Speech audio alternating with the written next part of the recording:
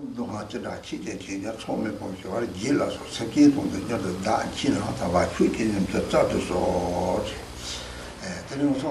who know what the sufferings of the three realms are like, you who act to pacify the infernos in the myriad hells, when I swiftly go to engage the welfare of sentient beings, Holy Ones, please bestow your ability and might. If we are Buddhists, for this entire life we should give life and limb, our complete bodies, speech and minds, for the benefit and happiness of all sentient beings. I have traveled here and there in many countries of this world, and in these countries there is of course material wealth, prosperity and resources. There is comfort on an outer level, but as for inner mental happiness, unless one understands karmic causes and effects well, inner happiness cannot be attained. Thus, inconceivable sufferings arise. Among all the countries of this world, the nation of America has been able to aid many. For this reason, my intention has been, to the best of my ability, to establish this Dharma Center in America. It is an unusually extraordinary place. This land is endowed with many attributes. This Dharma Center has been well established not through any effort of mine, but through the power of aspiration prayers that have been made in the past. Now I have grown old. My hope and objective is for this center to abide for as long as this country exists, for many hundreds and many thousands of years, indeed for as long as sentient beings exist. Principally, it is the stupa and temple that I have created with this motivation. Due to the destruction that occurred during the Great Cultural Revolution in China, extraordinary blessing substances were dispersed outside of Tibet. These spiritual symbols of the body, speech and mind of the Buddhas have been gathered together and placed inside this stupa. This body of mine is impermanent, but if we wish for the center to remain for a long time, an endowment is necessary.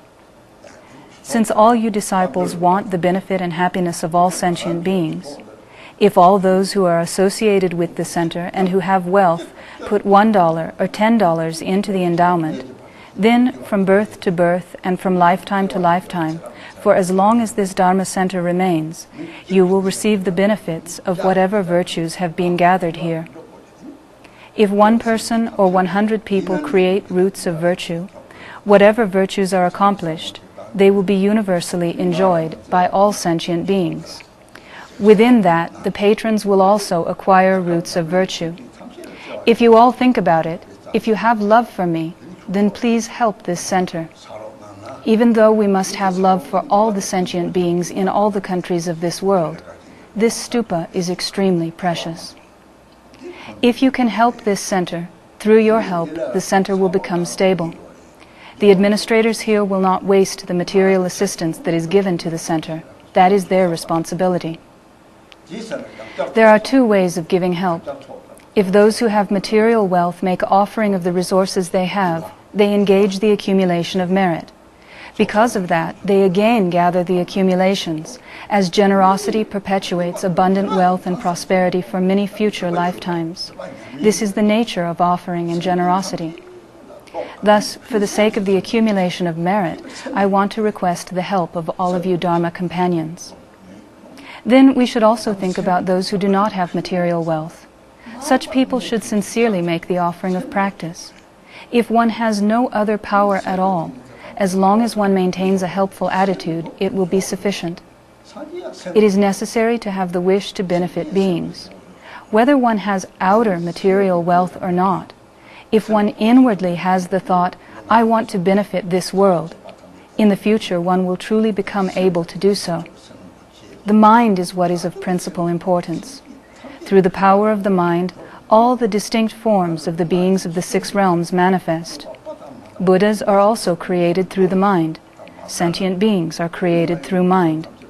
Buddhas and beings' diverse activities of body, speech, and mind manifest independence on the inner mind's virtue and non-virtue, and on greater or lesser degrees of courage. As for the mind, we speak of precious bodhicitta, or the mind set on awakening. That which we call bodhicitta is having the wish to accomplish benefit and happiness for all sentient beings. If we never separate from the thought of doing not even a hair's worth of harm through body, speech, or mind, but of accomplishing benefit, all activities of body, speech, and mind will become beneficial.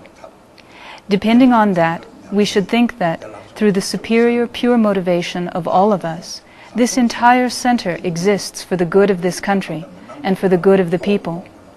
If we think in this way, we will really cherish this country like our own heart. Please think about all of this. All these students who have such a wish to benefit the common people of this country are the means whereby the center will remain stable, develop, and improve. This is a place where we can engage in practice and retreat. Having cultivated precious bodhicitta in such ways, through precious bodhicitta we will become able to give our own lives for the sake of this country and its people. Thus, bodhicitta is of great benefit.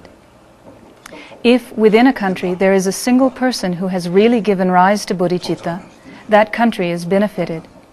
So we should think in this way. If we all understand this Buddhist outlook, it will be a great attribute. If, on the other hand, this is not really our outlook, we may give lip service to this perspective, but our minds will be separate from it. Then many difficulties will be encountered. In order that that not happen, you should all consider what I have said. Now we should properly make prayers of aspiration.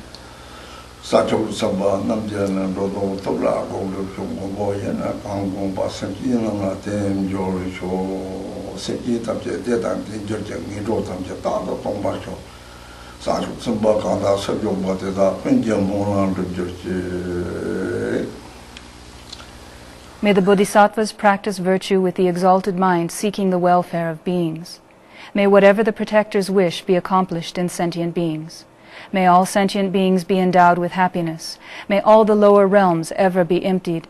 Whichever Bodhisattvas engage the activities, may all their aspiration prayers be accomplished.